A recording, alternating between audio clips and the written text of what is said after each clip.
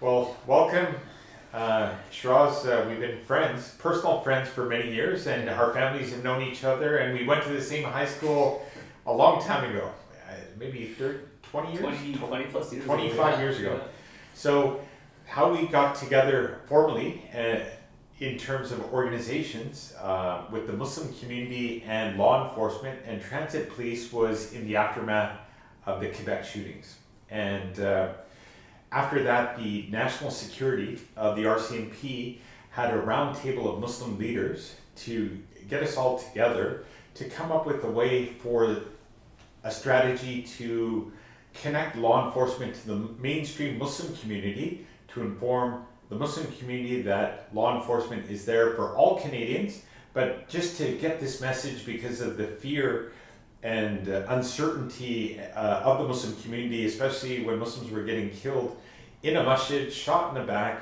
It created a lot of fear in our community. And law enforcement, the RCMP, to its credit, had this roundtable of Muslim leaders in Vancouver and Surrey to basically come up with strategies to engage the Muslim community. So one of the strategies was the biggest cross-section of Muslims coming together in one place at any given time was our Friday Jummah prayer, which is our Sabbath, which is our obligatory Friday prayer where majority of Muslims will come for their Friday prayers. And so we all came together initially with RCMP hate crimes to inform the Muslim community after the Jummah prayer that law enforcement's role, how to report hate crimes, what are hate crimes, and the Q&A afterwards. Right. But then what we realized after the engagement, we learned a lot of hate crimes specifically against Muslims. A number of them would occur on transit. So specifically women in hijab that obviously have the headscarf. People know they're Muslims, so sometimes there's verbal abuse, some terrible things said to Muslim women, and then at times either spitting or pushing, shoving, or hitting, which has happened recently. And so the RCMP, to its credit, connected us with Wendy Hawthorne, the transit police liaison at that point, that connected us with you. And that's in a kind of way we all came together formally to really help the Muslim community come together and really engage law enforcement with our community in open dialogue to ensure the messaging of law enforcement that the Muslim community felt safe, that the law enforcement, including transit police, and maybe you can explain, sometimes even myself, I didn't know what RCMP, transit police, and BPD, I thought they were all the same, but I didn't realize until our work together that they're distinct and different organizations. So please introduce yourself, and then also we can talk about how our work has impacted the community. Right. So I'm Constable Shiraaz Hanif with Metro Vancouver Transit Police Service. I'm with the community engagement team, so almost like a neighborhood police officer that's tasked with engaging with the community and trying to get us all on the same page. So Transit Police itself, we are our own police department. We were created in 2005. We're a provincial police force with the same powers as any other police officer you see. We enforce bylaws, provincial statutes like Motor Vehicle Act, Transit Conduct Safety Regulations and their Act, Criminal Code. Our mandate is transit-related issues, transit serving communities, transit services, where our stations are around the area, where the buses go, and most crimes or almost all crimes that happen on transit usually get investigated by transit police. And we work with our jurisdictional police departments, our RCMP or Vancouver Police, depends where we are. We're always working with our jurisdictional police department to get the best outcome for any incident that we're investigating, obviously. And Constable Hanif, you were saying that your role in this is community engagement. So can you talk more about that? So what would that entail as a community engagement liaison? So it's a proactive job. Okay. Whereas a portion of policing is reactive. When something happens, people call it in. Police officer arrives and investigates the crime.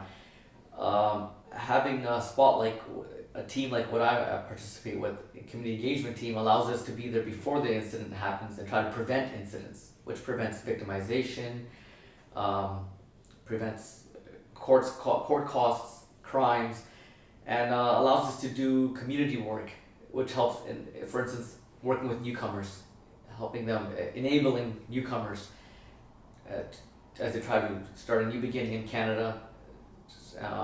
We get to work with people with addictions, homeless issues, and these are issues where on patrol, you have a call volume, you're going call to call, you don't always get to stop and keep continuity of a specific issue. And that's where a community engagement team comes in. And we also get to meet with people like Darik and work with groups he's working with and see how we can serve those groups better. And one thing in our history, when you came in as a Muslim to the masjid, as an officer, as a police officer, let's talk about the impact of the work we did together after Quebec, after New Zealand, the fear in the community, and the questions you faced from our community, and how we were able to kind of bridge this kind of uncertainty and fear in the community at that time. So the Muslim community, it's a vast community. It's got born, raised Canadians, third generation, fifth generation, and then we have people that immigrate to Canada that are newer from all over the world. So one of the issues we discovered was that there were barriers sometimes. People come from different countries where they couldn't trust police, or they couldn't speak to police, wouldn't have access to police, and they see different things on TV, and then they arrive in Canada and they don't know what to expect. So the program we began, one of the wonderful parts of that was letting them know that the police in Canada, and more so representing transit police, we're here to serve you. And you report anything that happens to you, small or big, no call too small. We're here to hear you out, listen to you, and investigate this and help you in any manner we can. So that message was well received by the community, and I believe it helped break barriers. And people were like, oh, so the police here are here to help us as well. Yes, in Canada, we're going to help everybody. Whether it's harassment, whether you're being assaulted, or whether, in my role, whether you're having issues in life, and I can help introduce you to resources, whether it's to do with addiction, to do with mental health. So that program helped us reach the community, the Muslim community, and get the message across that we are here to serve you as well. Because some of them didn't feel that way. The ones that were born, raised here, they know what the police are, and they've grown up using the police as a service. But it was more so the newcomers that were a little doubtful, and like I said, we had a great response with that. And part of building the understanding of the service that the police in general and transit police in particular offer our community is by having representatives of the community in the transit police. So a familiar face, if you will. So maybe if you can just maybe tell us about your experience in the transit police, and then what the transit police is doing to recruit from the Muslim community. So my experience, I've always wanted to be a police officer growing up, was the general thought process behind it was shave your beard off because you're not going to get hired on. If you get hired on, this would come from friends in the industry from different police departments and whatnot. Shave the beard off, and once you get hired on, you can grow your beard back. And I found that to be a little deceitful, because if the beard's here and I'm going to grow it back later, why would I lie to someone and say, hey, I have no beard, with the intention of growing it back? Mm-hmm. And it's part of my faith, and I can't part from my faith, even if it's temporarily. I couldn't. So I was approached by transit police, one of their now retired staff sergeants, who was saying, hey, why don't you come apply to transit police? We like the work you're doing in the community and this and that. And I spoke to transit police, and this was never an issue with them. It did come up in an interview. They just said, hey, we noticed you wear a beard. Could you explain your reasoning? I said, it's a religious beard. This is the reason why. And they said, yeah, perfect. We respect that. They appreciated the commitment of me having commitment, and they respected that, and it never came up after that. I got on as a police officer, went through training at the academy and everything else. The only time this ever came up after that was if they used it as a tool to connect with the Muslim community. If there was an issue, a victim of a crime that wore a hijab or something, and as police officers, we have a very professional job, but there's still a human being in us that feels for victims of crimes, and that goes home with you. The uniform stays at work. The feeling the somebody was victimized today on one of our files, that goes home with you. So I remember getting called by a sergeant saying, "Hey, this is a girl that was assaulted. She seems to be from the Muslim background. She's like, are you okay going to talk to the family and her to see if you can help her feel better?" And so that's what they use me to make connections with the Muslim community, and that's working out. And like cultural and religious sensitivity that really you would understand because you're from the culture, the religion, and you understand what the norms are to be able to communicate effectively. And right, and that's what they say. That's why they. It's like speaking the language, right? An ambassador, right? Because Speak Mandarin and there's cultural barriers and things that I understand that others might not understand. Right. Now, as you were saying, that your experience with the transit police has been very positive. What are they currently doing to recruit from the Muslim community? And maybe if you can talk about what law enforcement in general, what is their opinion of that? Well, generally, it's the best person for the job. Now, when you're serving a wide variety of communities within a greater community, having persons of the community on your force helps you relate to them. And once again, back to cultural issues or just being on the same page, it helps if you have someone of that community. And even if somebody else is investigating, if I'm investigating a file from somebody else's community and this person is very cultural, I can still investigate the file, but I can at least really speak with my coworker from that community, say, hey, this is what's going on, and they can give me some insight as to why something might be happening, or what I could say to make such situations better, or why is the victim not willing to give me a statement in this case, because there's some cultural baggage that we can clear up through, So if we don't let the smaller communities within the greater community know, hey, there's no barriers, we're hiring everybody. If you're fit for the job and you have the requirements and you're a good candidate, don't think your faith, your appearance, your sexual preference, or any of these things will hold you back. Bring your application, and if you're fit for the job and you are the best person at the time applying, you will get hired. So what our goal is to bring the message to every Canadian permanent resident in Canada that transit police is hiring, and actually all police departments are hiring, and we want you, because some very talented individuals in every community, but we don't want them not to apply thinking that we're not hiring. We're hiring the best person for the job. Which man or woman, Muslim man or woman, at least for this audience, that to have Muslim women in law enforcement and Muslim men in law enforcement, and from every ethnic background, because as you said, we come from so many ethnicities and countries, so by having a vast cross-section representing our community is going to be helpful long term. And on that point, a question, so you spoke about the beard, what about a woman's hijab? Can a woman who wears a hijab join the law enforcement agencies?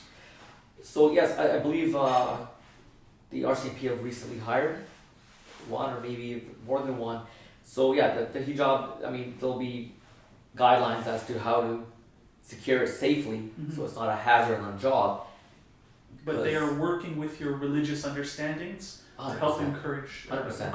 Perfect. Yeah, without compromising safety, because at the end of the day, if that's used against the officer, that poses its own threat. Yeah. So there's some guidelines on how to secure it safely. Not that you can't have it, it's how to do it safely. There's certain tricks with the beard too to make it safer. Would you mind sharing those? You know, I have a beard. I want to make sure that I'm safe when I'm going out. Or are they tricks of the trade? A little bit of beard oil, which helps keep it settled. Also makes it less grabbable. There you go. There you go. Right. There's a brother I'm speaking to. I spoke to last week. I met him at a function. A Muslim brother who speaks 8 languages. Wow. Served in the Canadian military. Just coming out of the Canadian military. It speaks 8 languages. What kind of an asset is that? Which police department wouldn't want that, right? So I'm trying hard to get into transit police right now, actually. So part of the work at Islam Unravelled is to deal with issues that affect the community. And for a lot of visible Muslims, which tend to be women, a lot of the discrimination and difficulties they face, it does happen on transit. So maybe if you talk a little bit about what the transit police do to prevent this proactively, what kind of repercussions there are for people who do engage in negative behavior, and overall, what is the opinion of the transit police on how to make it safe and enjoyable for Muslims and non-Muslims, of course? So that's a loaded question. That's a topic we could talk for about 5 hours. We have battery life. Because it's exactly what it is. It's a huge topic, important topic, and the work being done in the background that nobody sees on this. Like, so we can go on for 3 or 4 or 5 hour sessions explaining that. It's taken very seriously, but we'll kind of just keep it to answer the question a bit. First off, presence is huge, right? So we try to increase our presence, and transit police is on the transit system, around the transit system. Then we have uniformed staff members, which are bus operators, SkyTrain attendants, we have transit security, and these people see, they observe, and they report to any crimes. We have a campaign like Islam Unravelled that takes us out to different mosques, and we tell them different crimes, when to call 911, when to call non-emergency, and we have a text message reporting system. I think we're the only, or if not only, I know we're definitely the first police department or mainland to use this. And it's this card I've been giving out at all the different mosques. I believe you said you'll post a picture later on for this one. Yeah, we'll be posting this. And the phone number just for now is 877777. That's 8 followed by 5 sevens. It's a discrete method of reporting a crime. So if you see someone being harassed, some unwanted behavior in the transit system, you can, like everybody else texting, you can text us, and then you get an immediate reply back, and they'll ask you what's going on, where are you, what train number, what bus station are you at, and they'll ask you a series of questions. You'll feel frustrated as if the police are not coming. Why are they asking you questions? We're already dispatched, we're already on our way, they're just getting more information to give us so we can assess the situation en route. Big campaign is report things to us. If you don't tell us what's happening, we don't know what's happening. We can't put resources to deal with it if it's not happening. So that's the beginning part, getting the word out. Please report crimes. Don't think it's too small. Don't think you don't matter. Don't think you don't have rights. Don't think it doesn't matter. It matters, and we want to know what's happening. Even small things, like if you think it's like a comment or a shove that you might overlook, but everything should be reported so that there's statistics to back things up. So statistics are huge because first off, it helps identify problems, and then we can get resources to deal with the problems. But if worst case scenario, you call the police and tell them this is what happened, and they explain to you, okay, that's not a police matter, or this is where you can take that. There's different sections, there's different resources available, and they might point you in the direction of resources. That's the worst case scenario. The best case scenario, let's say, okay, thank you very much. Can one of our officers speak to you and get details to this file, and it gets investigated. Now there's a criminal code. Every police department utilizes a criminal code to prevent crime, create safety. There's provincial statutes. We have a transit conduct safety regulations. We have there's an act. There's a few different things we can use provincially to prevent such behavior. Then there's transit rules, which means if you're not abiding by transit rules, which prevents harassment, doesn't allow harassment. And these are the rules that are posted in every station, okay, right? So that right there creates a safe, harassment-free traveling environment on our transit system. So if someone's breaking those rules, we might not be able to put that person in jail or charge them or prosecute them, but we can remove them from the system for at least 24 hours for not abiding by the system, by the rules. And it's not just about harassment, but harassment is covered in there. So I can't go through all the rules, but I do recommend read the rules next time you're waiting for a SkyTrain. It's posted on the yellow safety section of the station there, and make use of that. Text it to us, and just because it's not a criminal offense, it doesn't mean we can't resolve the problem. Removing someone off the system, letting them know this behavior is not welcome and won't be tolerated on our transit system, gets that message across, and they might prevent them from doing this again to somebody else. Unfortunately, we also deal with mental health issues, Right. addiction issues. Now, if someone's suffering from mental health and they see something somewhere, somebody say something, they see a media article about something, and then it gets them going, and that takes a little bit more to deal with.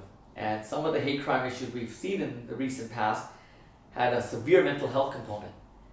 And dealing with that criminally, it wouldn't solve the problem, because once you prosecute them and they're free from that issue, they will still have the mental health component, which would cause reoffending of any nature. So sometimes we have to go through the mental health community, the psych wards, the mental health, healthcare, and believe it or not, the results we get through that, the same person comes back and apologizes, sincerely, crying, sincerely, couldn't believe that that was them doing that. Because mental health is not controllable. It makes you do things you can't control. Very frustrating for the public to see it, but that's the unfortunate nature of mental health. So a lot of times we have a mental health coordinator actually that works with mental health resources. It's her sole job and responsibility is dealing with mental health issues on the transit system, in and around transit system that affects our users, our staff members, and people in and around the transit area. We deal with addiction, big part of what we do, and it's not just don't do this again, because there's an addiction component. So we take them to the appropriate resources, and addiction is a real tough one like mental health, but we do see a lot of positive outcome of our cases that we deal with through, because like I said, policing behind the scenes is a lot more than what you see. When we show up to a 911 call, neutralize the situation, and everybody goes home, we're still working on it for weeks and weeks and weeks. And like I said, it's not just police officer taking you to court, putting somebody in jail. There's, like I said, mental health components. We have an Indigenous liaison officer that works with people that are dealing with secondary trauma from residential school and whatnot. So there's a lot of background information even in these crimes that people aren't aware of. And it's not right for anyone to be victimized, but once someone's victimized, it's a multifaceted approach to prevent this from happening again.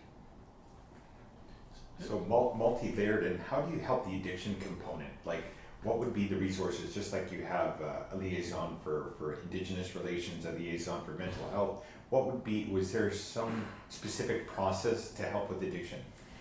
So, once again, every situation we deal with is multifaceted. One of the biggest ones is letting the addicted person know we're here for you as well. We're not judging you, we understand you have an addiction issue. And you try to work with them, first off, to manage the addiction issue. If they're not ready to seek treatment, there's nothing you or I could do to resolve that addiction. There's no magic shot you can give someone and the addiction's gone. You'd be surprised at the number of people it's a very tough life to live. The addiction life is very tough. Life is tough as it is, and having a chain and a ball, which is addiction, attached to you, trying to live the same life, it's very tough. So a lot of these people who deal with addiction are ready, and they're seeking resources. So as a police officer, especially community engagement team or one of our specialty teams, there's only one of us or two of us. We can't take 100 people and cure addiction, but we can introduce them to the appropriate resources, community-based resources, and stuff like the Muslim Care Center, what you guys are doing here is great because huge resources. And if somebody is of the Muslim faith feeling outcasted and dealing with addiction problems or mental health issues, I can bring them to them, say, hey, this is so-and-so, this is what's going on here. And once again, we get professionals that are trained in it, and that's where it begins. We deal with addiction issues, we deal with, which is alcoholism, which could be sometimes even gambling addiction causes issues, drug addiction. And first off is to make sure they're okay. Second of all, let them know we're here for you. When you're ready, here's my phone number, call me, I'll walk with you, take you in, get you treatment. And when someone's life turns around like that, there's no better feeling when you see an outcome like that, right? But not ready for it, they're not ready for it.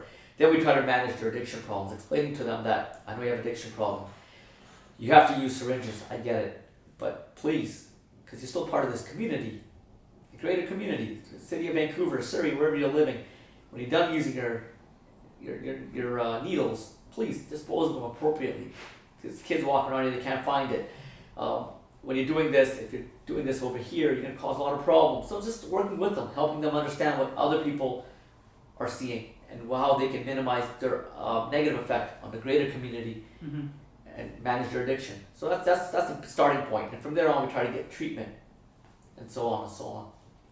Now, from the opposite side, for people who might be feeling unsafe in a certain situation, whatever it could be harassment, it could be aggression, it could be Sexual in nature. It could be sexual in nature. It could be anything that makes a person feel uncomfortable. What strategies would you give them to or suggest to stay safe, disengage, and then contact the appropriate authorities? Right.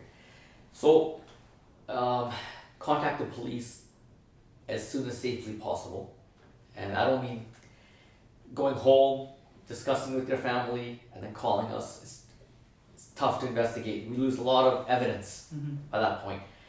Call us when it's happening. And like I said, you call 911 if someone's life's at stake. If there's property being damaged or someone's about to get hurt, call 911. If it's not safe to do so, you can text transit police at 877777, and it's immediate. We'll show up. When you call 911, the closest police officer comes. So if you're at Joyce SkyTrain station, the Vancouver police are coming, transit police are coming. We'll show up. If you're at Joyce station, Vancouver police is coming, transit police is coming. If you're at Metrotown station, Burnaby RCMP are coming, as well as transit police. If you call 911 and it's a legitimate call where someone's life is at being in, or safety is in danger, that's what's going to take place. If it's something that's not quite that emergency, like, you can call the transit police at 515-8300. That's 604-515-8300. And this would be obnoxious behavior, harassment, non-physical, non-threatening harassment, something that's not, like I said, making you feel unsafe or unwelcome behavior, and we'll still come. It's just it's a different line to keep the 911 line free. And what about personal safety strategies? So I will say that the vast majority of all transit experiences I've had have been wonderful. No challenges. I'm a big guy, but also anecdotally, a lot of my female friends, they've had no challenges. But sometimes things happen. If you were a person and you felt that you're under threat or you're being harassed, in addition to calling the police as soon as possible, what would be personal safety strategies that you can suggest? Yeah. So, like I said, first thing is calling us because it takes us time to get there. Second thing is, if you're on the SkyTrain, you'll see SkyTrain attendants or anybody in uniform. Approach them. If that means getting off the train because you see one over there, approach them, get off the train. Let the other person continue on the train, get the train number, and we'll catch up with them. Engage somebody else into a conversation. That quite often we notice people that are harassing you or being obnoxious, it gets their attention elsewhere, and now they know somebody else is involved, and they usually back off. If you're on the bus, we recommend you walk up to the front, closest to the driver as you can get, notify the driver, and if it's really minor to nature, you don't have to notify the driver, still walk up to the front, sit next to the driver, close as you can. We've noticed people in uniform deter that kind of behavior. If it continues, alert the bus driver might notice it himself. They're not supposed to intervene because they get assaulted. They have nothing to protect themselves. If they get assaulted, we have so many people on the back of the bus, it puts everybody at danger. But they have buttons they press and it has us coming. So just because they're not intervening doesn't mean they haven't done nothing. But do advise them if the behavior is continuing, advise them. If you move away, closer to the bus driver, behavior stop, you can still text us and tell us. You can still call us and tell us what's happening. We can still come and deal with the situation, why it didn't take place, and investigate it, or at least try to resolve it. But like I said, get to somebody in uniform, that usually changes the behavior or stops it. Okay. And now, And there were two key issues that happened in our community. One that had national attention of a woman who was wearing a hijab that was assaulted on the SkyTrain, and it was a bit sexual in nature as well, and very abusive and definitely Islamophobic. And then the other assault where a young Muslim who was a volunteer at the Muslim Care Center was repeatedly punched in the head and told to go back to their country. I gotta say with a lot of respect that what not only the transit police did, but what you did specifically to meet them, to meet their families, to give them comfort, the calls that I got and appreciation from them, they were wholly grateful for that level of attention, that personal care, which helped, I would say, their family and themselves through that traumatic time. Yeah, and in those cases, both cases, the immediate reporting of the crime is what helped solve the crime. In the first case, the person was arrested as they got off the SkyTrain because we were called, 911 was called and we were advised right away. One thing about transit police, we're multi-jurisdictional. So if this crime happens in Vancouver, we're in Vancouver, Burnaby, Surrey, Lower Mainland wide, Metro Vancouver wide. And this crime took place in one city and the person was arrested in another city, but right after the offense. And as far as liaising with the family, like I said, a big part of, we take a bit of the victims, the sorrow we feel, or the negative aura around a victim. We see a victim, it's traumatic. It's traumatic, but you see that and you can't take that off with your uniform, leave it at work, it goes home with you. So I was glad to be able to meet those families and build a relationship, and we're still in touch weekly. We still talk to each other. Great people. And they're very grateful, like really to the point where they're like, it's like family, like really that level of care that they so much appreciate that personal attention, because again, it was a lot of trauma, this family, because of that. It was a young girl, Syrian refugee, again, an honor student, full scholarship and volunteering every day on the downtown east side, just a model person, just almost like a daughter. Like I really, when the whole team kind of rallied around her, and especially with what you guys did, it was amazing. Yeah, when I spoke with her, I think first 20 minutes of speaking to her, I realized, and she said at the same time, that there's probably a reason why she was chosen to be the victim, because she's one strong person. She's strong. She's strong. I had to keep asking her age to verify. I was like, are you seriously that young? Amazing how wise and she strong didn't she want is. to be perceived or portrayed as a victim. So Yeah. that was her thing. I don't want to be, but I think there was a lot of, with the family, I think the family was very traumatized as well. So I know you helped sit with everybody and just give them a level of calmness and just to be there for them. Yeah, that was important. And once again, in those cases, strong component of mental health. Of the perpetrator. Yeah, in both those cases that we discussed there, strong component of mental health, to the point where the first person didn't recognize themselves of what they did, and they couldn't believe it, and was so distraught. Wow. And now you got two victims almost. Wow. You know, this person's victimized by their own actions. They just couldn't believe, once the medications were sorted out and they're back to stabilized mental state.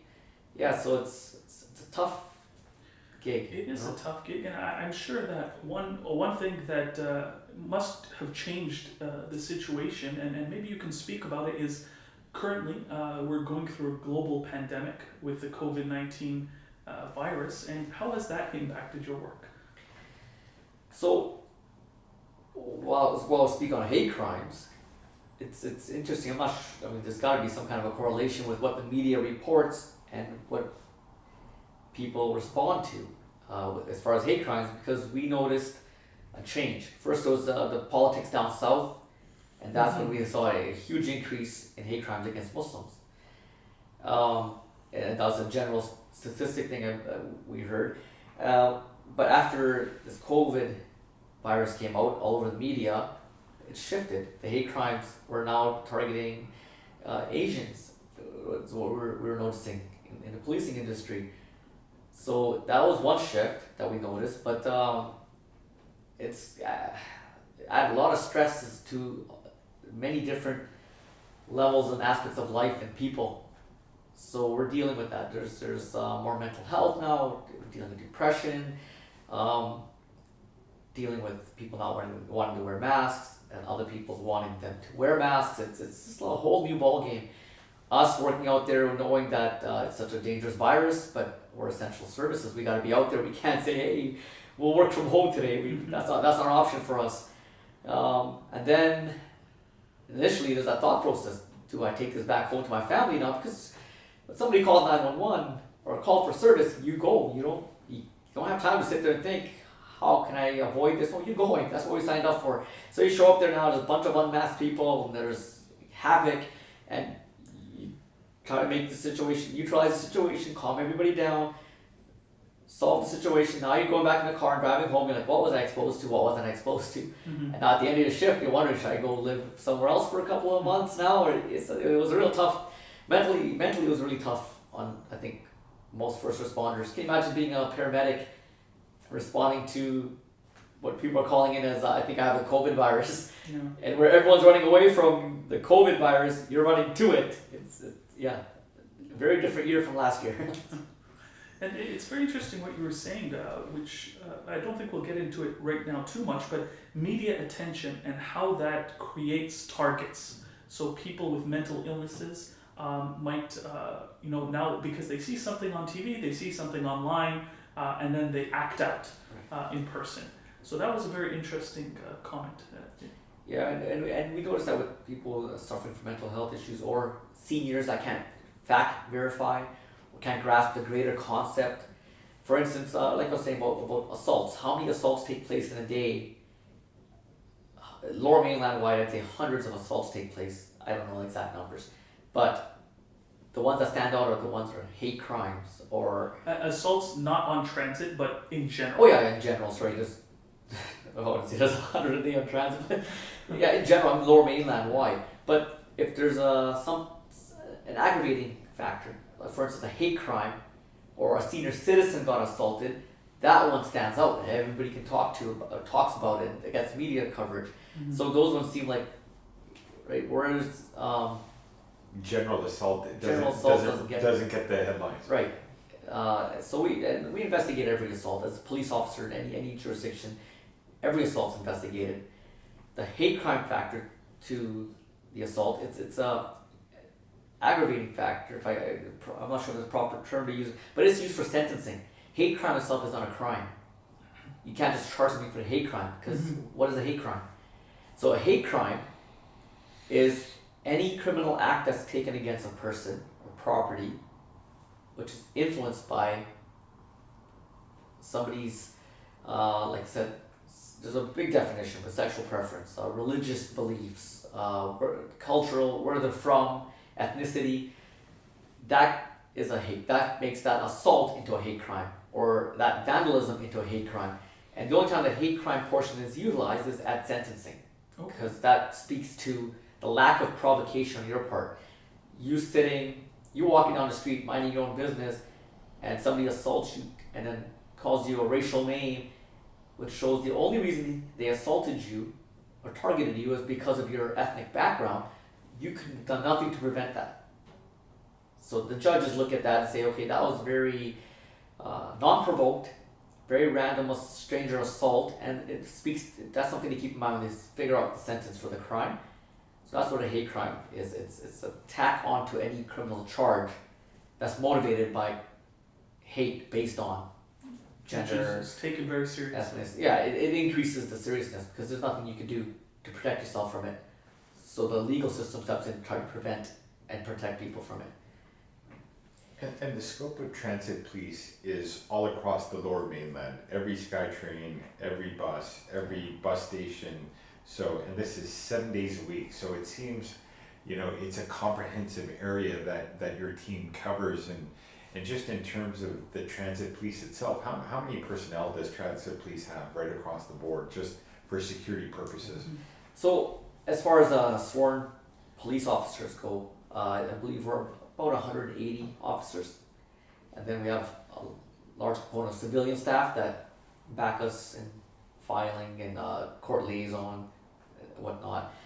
Um, and on a side note, for applicants, everybody always thinks policing is in uniform, and that's there are a lot of civilian positions, civilian roles, and the requirements for those are they vary. Depends on what you're applying for. So don't just think there's policing as a police officer. If you want to join transit police, we have lots of civilian positions, and you can go on our website and find those civilian positions when they come up. And what is your website name? So I would just Google Metro Vancouver Transit Police, and it's the first one that pops up there. Okay. And I believe it'll be transitpolice.ca.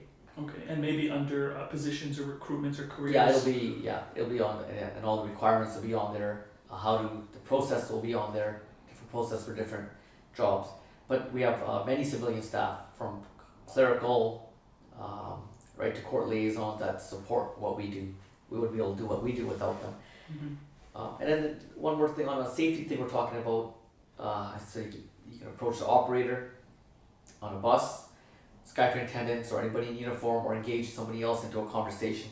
If you're on a platform, SkyTrain platform, you feel unsafe for any reason, we recommend you, if you can't leave safely, you get to that area that's got the yellow billboard in the middle with all the information. There'll be a safety phone in there, and there's always cameras on there. So once you report that, our SkyTrain operations can pull up the cameras, and now we have a live feed of what's happening. They have you on camera, or our dispatch will call them and say, "Can you get cameras up here? This is what we're getting." But they'll know where to find you because you're at that yellow box.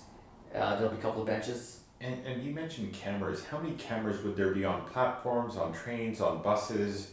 And are there any cameras in bus stops? Bus stops, I don't believe any bus stops generally themselves have cameras. Okay. But there's always local businesses that will have cameras in the area. SkyTrain platforms are covered almost from every angle. SkyTrains, most of our SkyTrains have cameras in them. Every angle, depends how new they are, how old they are. And most of our buses have cameras with audio recording, I believe. And audio recording. Possibly, but I know there's video cameras on most of our buses. And multiple cameras on each bus.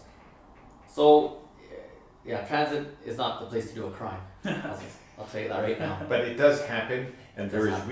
legal recourse with video records of what happened because it's filmed. Gives us best evidence. And the most important thing is to report it. Something, I think the slogan is, if you see something, say something. See something, say something. It's right on the card that Brother Yusuf will post later on with the phone number. And that gives comfort to people that you are being recorded, so whatever happens, there is a record to refer to in case it escalates. Yeah, 100%. And if something happens, the evidence is the only way we get charges, and best evidence is there. Yeah. So basically, the key thing you said earlier, if something happens, report it. Because I think a lot of times, a lot of things become unreported because people don't want to either go through the hassle or what they think is a hassle, and they don't want to bother the police or Well, whatever. they don't think it's a big deal. Or maybe self-esteem wise, they feel like, I don't want to bother, they don't want to speak up. So just to address that fact, like no incident reporting is too small. How would you just even classify what people should report and why they should report? I say anything that bothers you, report it. It takes you a matter of minutes to report something. Worst case scenario, you'll be advised, "Thank you very much, we'll make a note of this. Thank you for your time." And if it's something bigger, let us decide. Because if you don't report it, it might happen to somebody else down the road, or next time, that might not be as strong as you. So you gotta do your part and your role and report anything that makes you feel unsafe. The transit system, we want to create a safe, harassment-free, comfortable traveling experience for all our clientele, which includes seniors, adults, youths, and families with little ones. So if you see something that's creating an environment which a child wouldn't be safe in or does not belong in, or a senior, please report it. Even if it doesn't have to do with you. You're watching somebody else getting harassed, or obnoxious people drinking on a SkyTrain making noise, and you can see people getting uncomfortable, report it. That's why we're there. And we'll come in. And as far as the community goes, if you don't report things, like I said before, if you don't report it, it never happened. If it never happened, it's tough for us to go get funding or to go to the government and say, hey, we're having an issue with this. We need more resources to deal with this. And in the end, when the resources are not called upon and the crime's not reported, well, it might just grow to a point where you've created an issue for our own community by not reporting things when they were manageable. So I do recommend reporting, and I ask, report everything. And if it's not a police matter, we'll kindly tell you that and explain to you where you can take it. And if you wish to carry on with it, you can. If not, you don't have to. And if it is a police matter, now we know, and now we can deal with it. Otherwise, it's going to go unnoticed and untreated. So Understood. Makes sense. So I think we've covered a lot of ground, like addiction, racism, assault, and I think what you guys do is amazing, and the personal touch, again, from the community to really, we're not just a file number, there is a level of support on many aspects, and I think what I learned from our discussion now, you try and help not just the current symptom, but the cause, which is driving it and directing people to resources that can help them, and I witnessed it just with our community and the cases we've worked on together, that has had an impact, and that has created a level of trust between law enforcement and members of our community because of this close interaction and working together. right, yeah. And for the community, I'm available. You can get a hold of me through my Twitter account, I guess, on Transit. And we can post that. We can post contact info after Sure. On the graphics Right. afterwards. And through Islam Unravelled, there's many ways you can find out. And I get questions about recruiting, about family issues, you name it. And you know what? That's what I signed up for. I'm here for everyone, especially our community. So don't think twice. Don't hesitate to call me if you need me. Well, Constable Hanif, I would shake your hand, but again, this is COVID times. We really thank you for your time and the work that you have done to keep us safe. We really appreciate it. Right, you're welcome. And thank you for the time. Thank you very much. Appreciate it.